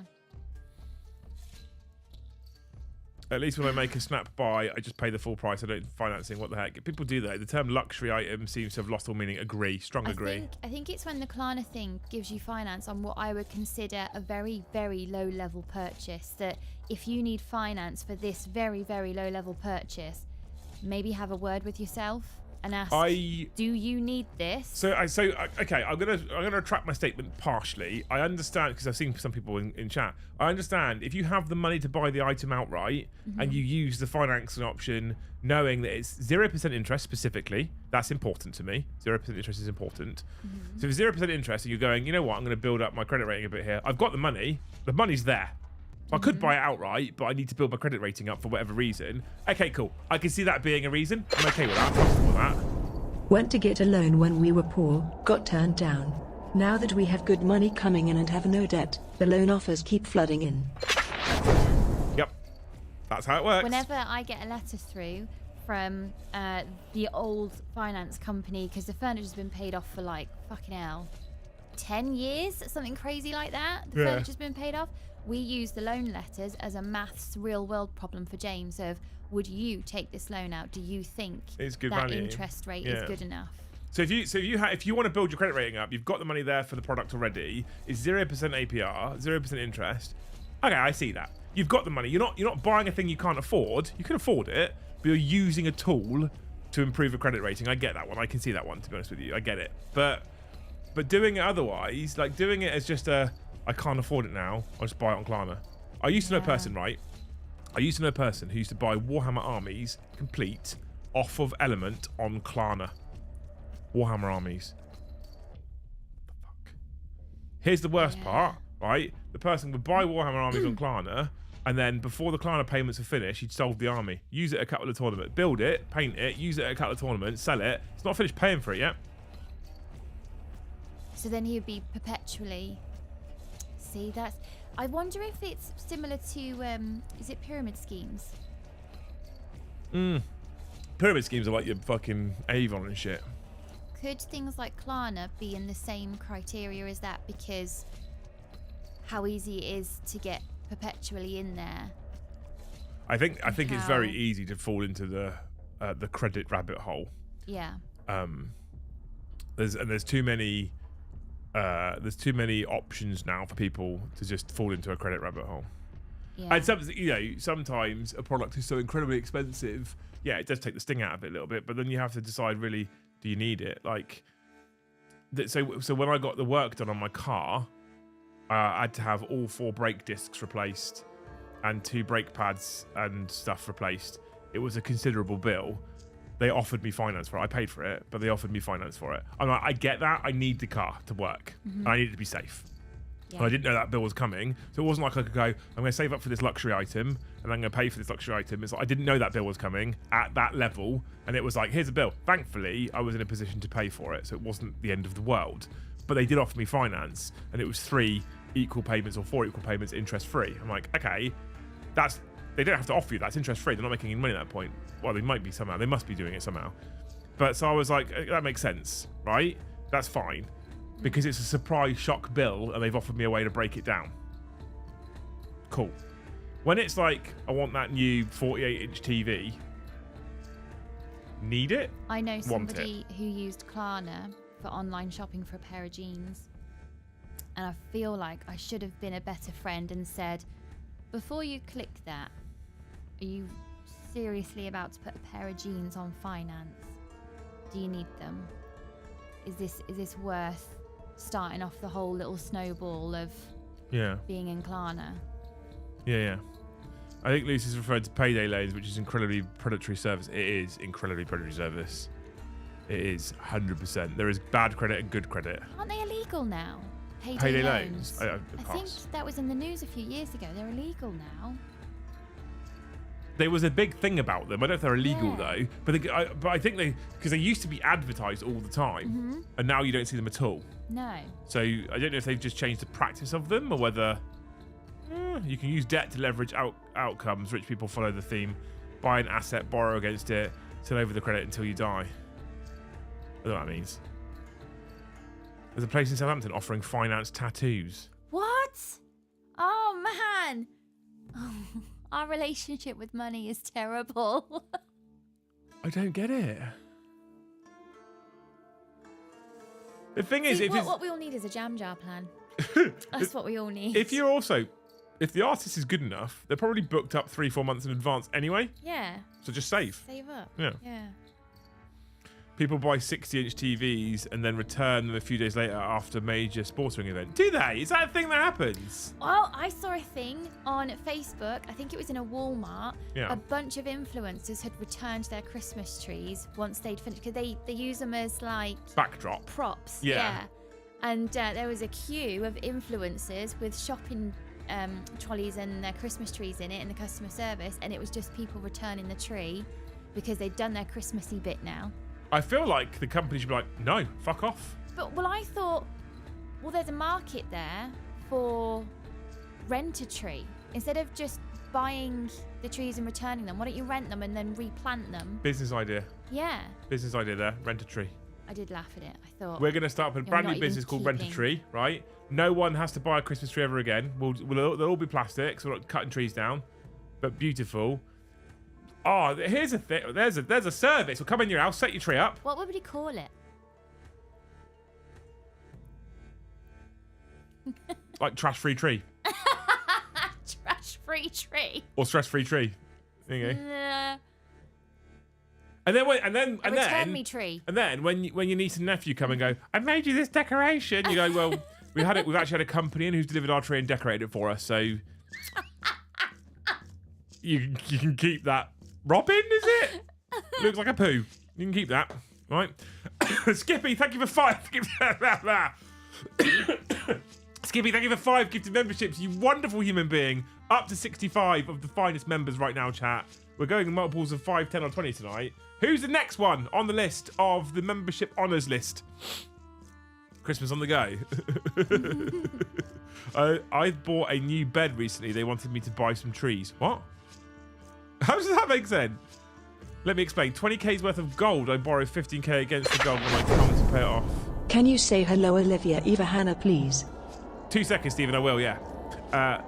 I buy 20,000 worth of gold. I borrow 15k against the gold. When I come to pay it off, I refinance it. If the gold has gone up, I borrow more and keep going until I die. What? I kind of understand. Hello, Olivia Eva Hannah. Is that 3 different people? Olivia Eva Hannah, or is it one person with 3 names, Stephen? Have I said hello to 3 people or 1 person? I'd say that's one person. Possibly. Thank you so much for the 2, dude. And hello to Olivia Eva Hannah. I don't want to say Olivia Eva and Hannah in case it's not 3 people. Lone monkey, tree cycling. That's it. That's the one. Not return a tree. It's tree cycling. Tree cycling. I'm into it. Wasn't Rent an Army a big concept for Hobby House? Yes, it is. It is a concept for Hobby House. It is something we'll be looking to do. Yes, 100%. There's a couple of people that be like, I want to go to Beachhead, but I don't have an army. Well, imagine if you could just rent one from Hobby House. Oh, the bed is oaks. That makes a little more sense. I thought, wee man, they sold you a bed. I'm like, here's some trees. Make your room really zen. Yeah, put them in your bedroom for that real rainforest vibe. Like, I didn't DVT off of finance. LOL! They're called Lombard loans. Okay, interesting. Loose trees. That freaked them out. Right, chat, 35 gifted to go, and there is 15 minutes. I believe you can hit the target one more time this week and then get yourself a nice cheeky little loose fact. I think you can do it. I believe in you. I believe in a thing called love. Never lets me down. Unless she's not paying attention. I'm paying attention. Not tonight, yeah. Do you know, Ben's got a little, like a... not echolalia. He does have echolalia, but this isn't a very good example of it. At any point in the day, I can go da-da-da-da-da-da, and he'll say, boing. Yeah. It was the same as every time you put Friends on the fucking Alexa device, you do the clap. Yeah. It can't happen. It can't happen. The craziness I've seen working retail is just nuts. I bet it is. What's the damage deposit on renting an army? Don't know yet. We haven't worked that much out. If ever I lose Ben in the park, I'm just going to go da-da-da-da-da-da, and then wait. Yeah, listen for the boing. Boing. He's over there. Thank you, Lone Monkey, for the 5 gifted memberships. You beautiful human being. Is it because Luce liked your tree name idea? It's a great name. See, if you're nicer to people, we get more gifted, Luce. It's on you, basically. I'm always nice. To people, not to me. Bully me. You need it. See, pay 6.5k before a tournament and return it after you've eaten your hoisin duck pancake. Fuck off, Ash. Jeff Bezos has $1 billion yacht. He borrowed against it $800 million, and the loan is secured against the yacht. Interesting. Stu, thank you for 5 more gifted. Honestly. This is another reason why I've never had a loan, because I think after 5 times of the bank manager explaining it to me and me saying, sorry, one more time, they might just walk me off the premises and say, it's never going to happen. Yeah, you probably shouldn't have finance if you don't understand it by now. Yeah. Easton, thank you for the 1 gift. You've ruined up the multiples of 5, Easton. Ruined the multiples of 5. Everyone today was in multiples of 5. Thank you so much, Easton, for the 1 gifted day. Even if you've ruined the multiples.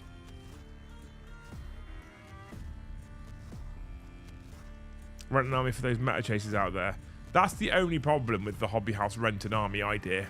Unless what we do is we make sure that we have 3 of every single unit painted for every single army, which is a lot, as you know.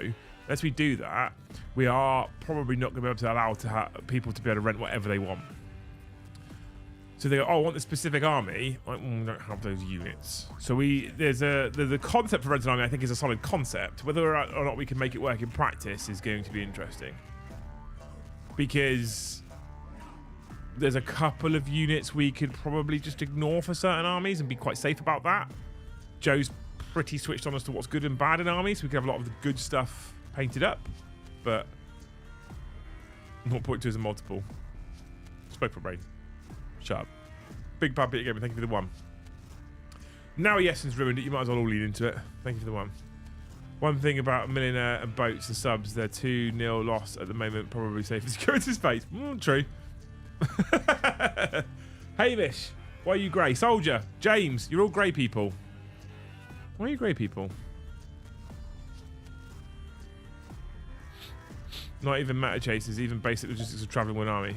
Yeah, exactly. That makes it slightly better. Narrative armies would be cool. It's a very important subject. Okay, Kai. Another hot take. Our schools teach random 50% shit. Where they could teach life skills, finance knowledge, money management, domestic and home skills. I left school, right? I left school with 13 ATCs at GCSE grade, right? Yeah. I then went to college and did 2 years at college. I then joined the army. Right. And the first time I had to do my own washing, I looked at the washing machine and was like, what the fuck? Hot take. It is not school's job to teach you how to use a washing machine. Life skills in general, though. Life skills in general, though. That's your mama. Nah, I don't So- think entirely, though. No, I'm sorry. No, wait, no, there's no, hang parental on. teaching and then there's school Hang on. teaching. You have said categorically that schools could do a better job of teaching about food. Yeah. So this is your mama. Yeah, it is. But you've I'm not said gonna that blame- school should do it. I'm not going to blame school for not teaching me how to use a washing machine. But is school teaching you life skills better than school teaching you perhaps obscure fucking Spanish? I think... Adrian, thank you for the I one think gifted. something happened in our age group where home economics was considered Hamish, that's fair. not offensive, but sexist or outdated, and then it just wasn't taught again. And all the girls who have grown up with father figures and mother figures who are very gender specific all of a sudden found themselves in like science and I don't know, English language and all these things that, yes, very important, but if your blueprint is quite you're in a house that's quite gender specific, then where do you fit now? So I think something happened at schools, but that's not school that should teach how to use a washing machine. But schools should, I still think schools could teach more life skills and better prepare people for the adult world. So maths, okay, teaching maths and teaching specific parts of maths is absolutely important. Yeah. I dread to think how many maths skills I learned at school that I've never used since. But if you tied maths in with like everyday real world finance lessons, it's still maths. Still numbers. It's just actually something that's applicable when you're an adult. I would put that back into home economics. What, teaching money skills? But it is a maths-based skill. Yeah, I would still put it back in home economics. For example, taking a recipe and shrinking it down to how many people's at your dinner table. It is maths, but it's a home economics maths.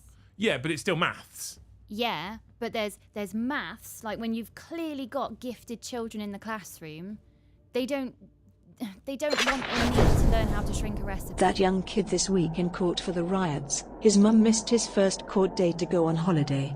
I don't think you can rely on some parents. True. That's... As if you'd go on holiday. Yes, and thank you for the 5. Oh my word. You're not wrong, but that is disappointing though, right? So you are, without doubt, 100% right that you can't rely on some parents when you look at things like that. But I think that's a sorry state of modern society rather than we should put the burden on schools. Do you know what I mean? Like, I don't like the parents are shit, so the school's got to do it approach. Mm-hmm. I don't like we'll let them get away with being shit, we'll just put the burden on someone else to deal with that problem. I don't like that. Hot take, EOS modular rules plus a G4 org chart plus detachments that make certain HS/FA/elite into true choices equals peak 40k potential smile. Absolute hot take, Kazarin, completely agree. But I don't like the I don't know what the answer is, because I don't want the child to then, I don't want society to be in a place where your parents aren't teaching you, so you're fucked. I don't think that's fair on the kids, because the kids don't choose to be in that situation. That's not their choice. They haven't been chosen to be born into that family. They haven't chosen to have those parents. They're a victim of their circumstance. So I don't know what the answer is, because I don't want to be like, so let's take the washing machine thing, right? Do I disagree with you that it's a parent's job? Absolutely fucking not. 100% agree with you, right? Absolutely agree with you. about that.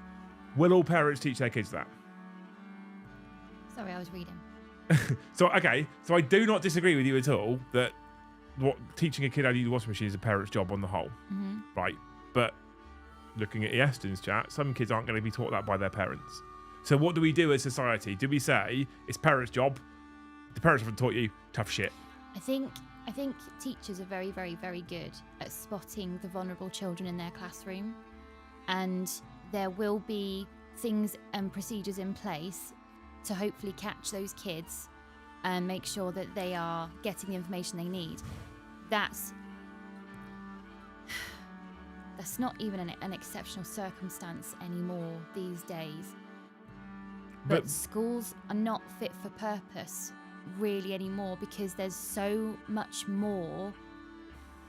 The whole system's not fit for purpose because there's too much burden on it. There's too much burden on it because there's too many terrible parents. You've got teachers who are finding themselves with information that is now a safeguarding issue, and I'm sure they don't mind because they want to teach and they want to be the safe person that kids can come to. But when there's so much of that and not very much of teaching anymore, I just think because there's we went through a slight reform over the course of the last couple of years in the country where they were like, okay, you can no longer leave school at 15, you now have to do further education, sixth form or college, right? It became a rule in this country, didn't it? 16, but 16, okay. yeah, but now it's 18. And now it's 18, right? So you could have taught the exact same subjects we already teach at school. Typically in the UK, I don't know if it's the same everywhere, but typically in the UK at secondary school, you get taught English, maths and science, history, geography, religious studies, you get design, technology, art, history, geography, I think I've said that already, languages, French, German. There's a couple of them I'm probably missing, physical education, etc., right? I don't think that there's any of that I would completely strip out. I think a lot of those topics are important. But now we've added these extra 2 years of you must do further education before you leave. I feel like we have the space, or the scope at least, to add in like real world life skills. Okay, so in the last 5 years, between the years 7 and 11, which in the UK here is 11 to 15, 16, right? In those last 5 years, you've learned all about maths. So now in sixth form, what we're going to do is we're going to apply that maths to real world. How does this thing that you learn about triangles fit this thing that we're going to do about DIY? How does this thing that you learn about percentages fit this thing that we're going to do about finance, right? So that's life skills that you can then transform what you've taught them in the last 5 years of secondary school into real world mechanics and real world scenarios. And we don't do it. There's like, I think it's a Scandinavia. If you're in Scandinavia, let me know. I think there's Scandinavian countries out there that teach emergency first aid. And they teach, what's it called? Resuscitation. Yeah. What's it called? CPR? CPR, thank you. They teach CPR. And they have a significantly higher survival rate when an individual has a cardiac arrest or a problem on the street because everyone's taught it at school. Yeah. I think that's something we should do. We should do that. 100% think we should do that. Absolutely. But I also will hold my hands up. I don't know how many of you in school in the chat are teachers. My mum works in a school. If you work in a secondary school or any kind of school for that matter in this country, you have my utmost respect and sympathy because schools are fucked at the moment and it's not their fault. I also think there's still a whole bunch of social conditioning that happens. I think young girls are taught slightly more home economics at home than young boys are. Young boys, I think, are given far more. What Liam said is valid in some top Asian countries. Plus, some kids are away on boarding school. Schools should reform. We do CPR classes in school these days in the UK, mate. It's a one-off, but I mean, one-off's better than nothing. But I don't think it's enough. Yes, and thank you for 2 gifted. Mordy Hammer, thank you for 20 gifted memberships. You fucking sexual humans, you. Look what they've done right at the end, Luce. You ready? Ta-da! Magic! Thank you, beautiful humans. Adrian, thank you for the 25 as well. You're a legend. There's statistics out there and again, as I say this, I know so many kids this doesn't apply to, but I'm very aware that like attracts like.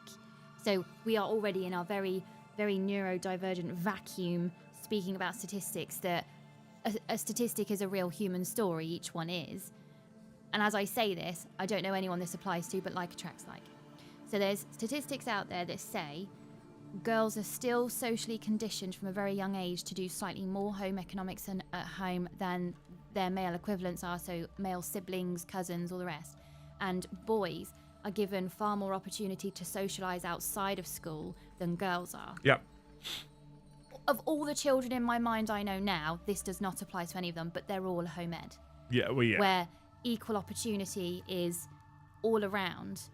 When I think of my own childhood, yes, my brother was given more opportunity to socialise. Like clubs and stuff. Yeah, and I was at home more. Was it because I was introverted? I don't know. Possibly. Was he forced out of the house? Because I know if it was up to him and World of Warcraft was around sooner, he'd be introverted. Your brother's quite introverted. It's very like, could those statistics apply to me?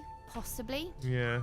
So I don't know how old they are, but each statistic is a human story. So it's the whole schools thing, you not knowing how to do a washing machine. Was that your mum and her social conditioning as a young girl? So playing out on you? Possibly, but another hot take. My mum was also, she doesn't watch these, we're safe. She also she's a mama hen. So sure. I feel like a lot of mums will go through this, and I'm conscious I'm about to say this as a bloke, so pinch of salt, I might be wrong, but I think mums go through a stage where they start to realise that there's going to become a point soon in their future and no longer going to be needed by their children. Yeah. And so what they do is they make themselves as indisposable as possible. Like, I need to make sure I've still got value. Do you know what? This is not a conscious thought process. Not a conscious thought process. If I never teach him to do his washing, he'll always need me to do his washing. Mm-hmm. Is a random, like, that's not the exact, but for example, right? Yeah. And it's not a conscious thought process, but it's almost like I'll stay useful one way or another. And in fact, you locked horns with her at one point when she turned up to our house up in Ipswich with a bag full of deodorants and stuff, and you were like, what are you doing? Like the grown man can get his own shower gel. Bless your socks. Yeah. Anywho, you wonderful people, there's a hot take, right? I think schools need a big reform here in this country. I feel, my mum works in a school, I feel sorry for schools, 100%. On a different subject, have you considered doing content on the Warhammer TTRPG 40k Wrath and Glory? No, not really, if I'm honest. I don't feel like D&D type stuff or TTRPG type stuff is going to work on the channel, if I'm honest. I think it could be funny, but the mechanics of getting everyone together at the same time, we've talked about this before, the mechanics of getting everyone together at the same time is almost impossible. Anywho, we are now at 10 o'clock. I did start this stream telling you I wasn't feeling very well. Thank you for keeping me company. I'm still feeling a bit shitty, but it was a good chat. It was a good chat, always for a Friday night. Absolutely nothing to do with Warhammer, really. Do you know what? Hot take. We don't need Warhammer to enjoy each other's company. Go on. Do you know what I wish was in school, even though I wasn't academic? Ice cream fans. Somebody mentioned it on here, but I can't scroll back that far. Basic law. Yeah, 100%. But Just, what I'm saying. Just to know your rights, so that some of you in the very near future might sign a rent agreement. This is what you're safe with. This isn't that my guy, like he said to me about demonstrate facts. The take isn't that hot. Oh, okay. I think if we were to add everything into schools that you and I want to add into schools, it'd end up in a fucking 23-hour day, 8 days a week, right? So there's got to be give and take there somewhere. I'm just saying they found a reason to keep kids in school for an extra 2 years. I feel like they could have put that to better use. But hey, Whitey55 right at the end there. Thank you so much for dropping in and dropping 5 gifted. You absolute legend. You're a hero. I'm making homemade pickles for 5 number 1 and 3 red. I was interested in cooking and Granda said it is something for girls. I was 5 or 6. We teach our boys anything they show interest in. I think that's the exact right way of approaching Adrian as well. Like that, if my kids show interest in something, there is a little part of me to start with that's like, let's just wait to see how hard this, like how deep this interest is. If it's a deep interest, we'll give them every opportunity we can, possibly we can. If it's not a deep interest, because sometimes it's a flash in the pan because kids like trendy things and it lasts for 10 minutes and we haven't wasted any money. So but I think it's right. Like, if they show an interest in something, if my eldest at 11 years old really wanted to get into cooking and sewing, go for it. Yeah. Why the fuck not? It also takes time. It's no use really saying our kids need true equal opportunity. Of course they do, and we all want that for them. But the adults getting there are also undoing their own bias, their own all of that. There's a shift. And that takes time. There's a big generational shift, yes. Yeah, we can't just catapult everybody 50 years into the future and think everyone gets out of this unscathed. Yeah. There's upbringings and ethical backgrounds and religious backgrounds that you're trying to squish through this square peg round hole situation. And it all takes time. Yeah. And we're all products of our environment, so... We know the violent story. Yes, we do know the Hasn't violent mentioned it since. story. Yeah, I know. And then the one teddy that he said to you, it's not Mr. Bean's teddy. He now loves that teddy, and then actual Mr. Bean's teddy that you scoured the internet for lives on his bedroom floor. Funny old He's thing, not Adrian. bothered. We didn't buy the violin. Hasn't mentioned it since. But yeah, that other one, the one that cost me a fucking small fortune for a teddy. It wasn't like ridiculously expensive, but for a teddy, it was expensive. So I could find him the right one because he was so upset about the other one. And now the one that I found him, which is the right one, on the floor. Didn't give a fuck. Yep. The one that you got him, which was the original one, that's the one that goes everywhere now. I think I oversold the whole, well, this teddy will be lonely. He's really sad now. Like, shall we keep him company until Mr. Bean's actual teddy turns up? And now I've oversold it, so... Yeah. Right, have you got yourself a fact ready? No. Oh. We're 5 minutes over already. Been too busy thinking, how can I say this point of view without offending some... Stop worrying about and then offending being people. An ist of some kind. Why do you worry so much about offending people? I don't give a fuck. Liam, we don't have the therapy hours to get into that now. I'm don't- tired. If we say an opinion on the channel that is just an opinion and it's not meant to incite any kind of hate or vitriol, but we say an opinion and someone gets offended, then quite frankly, they can fuck off somewhere else. Offended. Actually, I'm going to add a caveat to that. If they get offended, but they're open to an adult-based conversation about why they're offended, I'm open to the same conversation. But if they're just offended and they're going, I'm offended, fuck off, don't care, not interested. Not fucking interested. Luce has already done a fact. Quote, there's statistics out there. I also, for the majority, not for every scenario, I've said this before, but not for every scenario, but for the majority, people choose to take offence rather than actually get offended. If there's certain things you can say, certain words you can use where you clearly mean to cause offence, we're never going to do that. We don't do that. That's not something we do on the channel. We don't use words to cause offence to people. No, exactly. So if we make a hot take or we talk about a thing that offends someone and they get offended by it, they've chosen to take offence, they can fuck off and be offended in the corner on their own. I was sat on a park bench today in between two women with very opposite political views, just sipping my thermos tea, like a plane crash, a random fire, anything to just stop. I can't sip my tea any quieter. What you want to do at that point is sip it the loudest.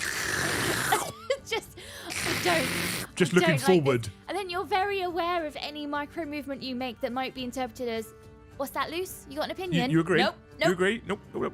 Just drinking my tea. Nope. I'm not making eye contact. Did you pick a fact? Yeah. We've got one, have we? Time for loose fact. Humans lose an entire outer layer of skin in around 2 to 4 weeks, roughly shedding 50 million cells a day. Firmly believed.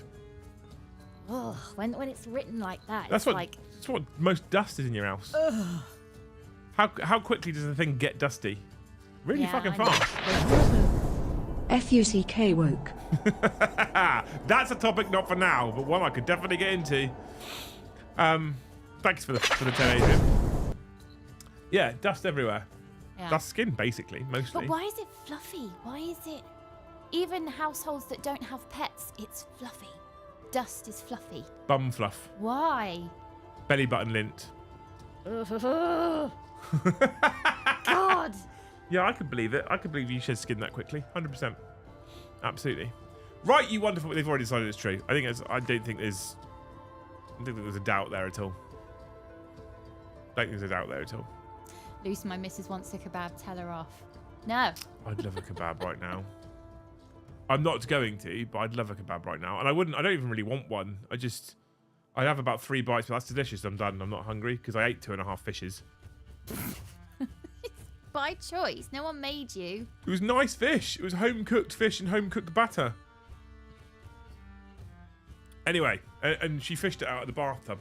Anyway, thank you so much for hanging out with us today or tonight, you people. You've made it a bearable stream. I wasn't feeling very well. I was contemplating. I even said to Thanes earlier I might cancel. When we went live, the first 3 Thanes were like, go to bed. I was like, nah, we can do a stream. We'll be all right. I'm just sat here in my warmer comfies talking to a camera. So thank you so much for hanging out with us. I hope you've enjoyed the stream.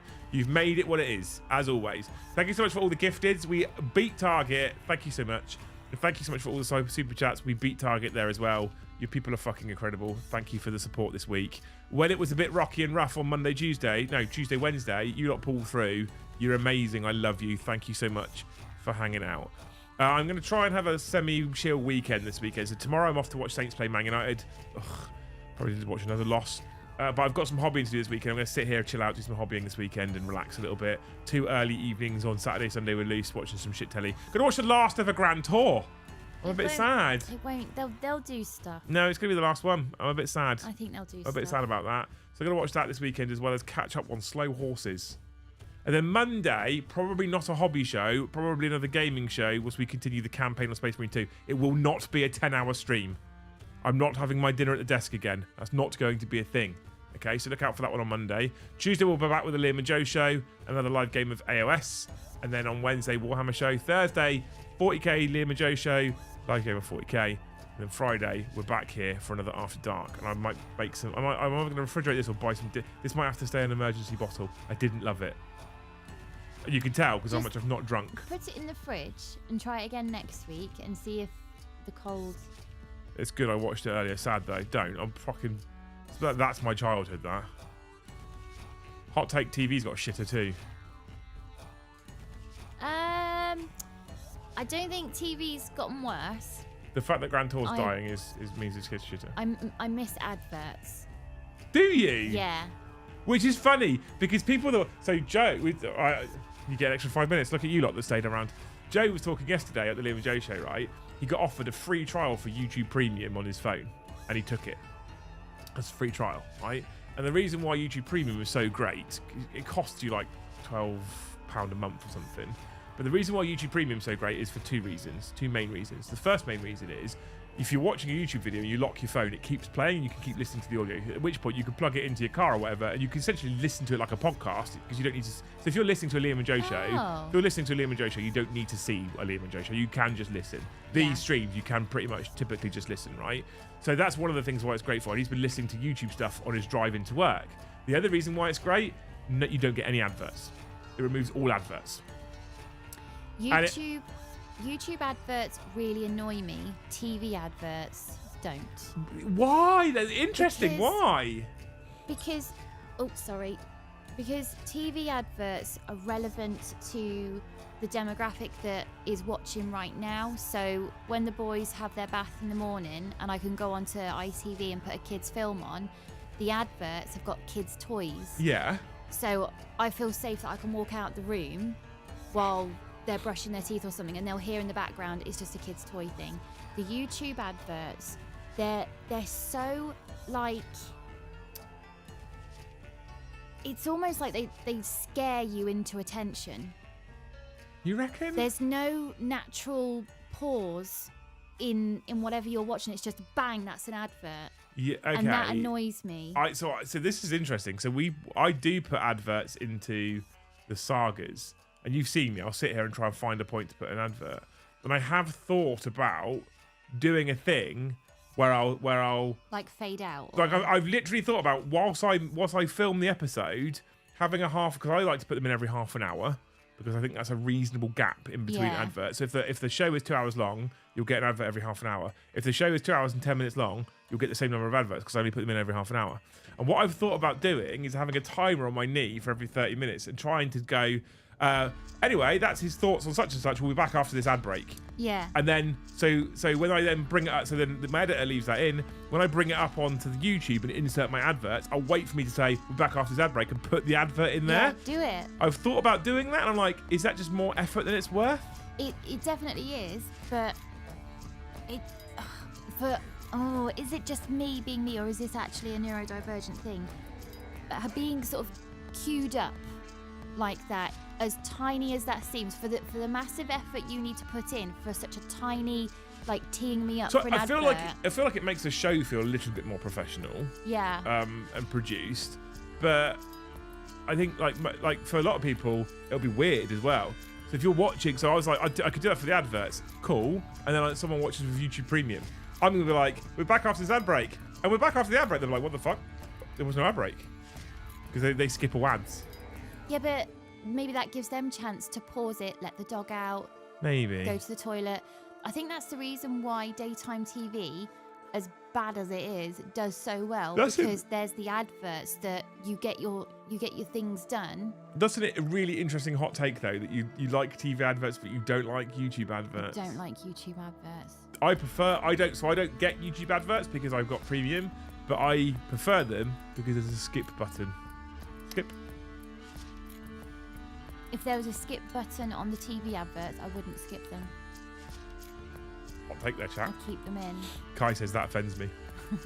Don't, Kai. I'm definitely going to have trouble sleeping now. Right, you beautiful, amazing group of people. We're done now. That's a hot take from Luce, as well as the loose fact right at the end there. We like TV adverts apparently, but not YouTube ones. I don't really see the difference, but hey. So much so, Amazon never had adverts on their TV series service, Amazon Prime Video. Never had adverts on the TV service. And then recently they introduced adverts on the TV service. So when Amazon Prime added the TV service as part of the Prime package, it was nowhere near as big as it is now. And they kept adding and adding and adding and adding, and they never charged any extra for it. It was already included in the package. So Amazon, when it first launched, the Prime package didn't include Amazon Prime TV.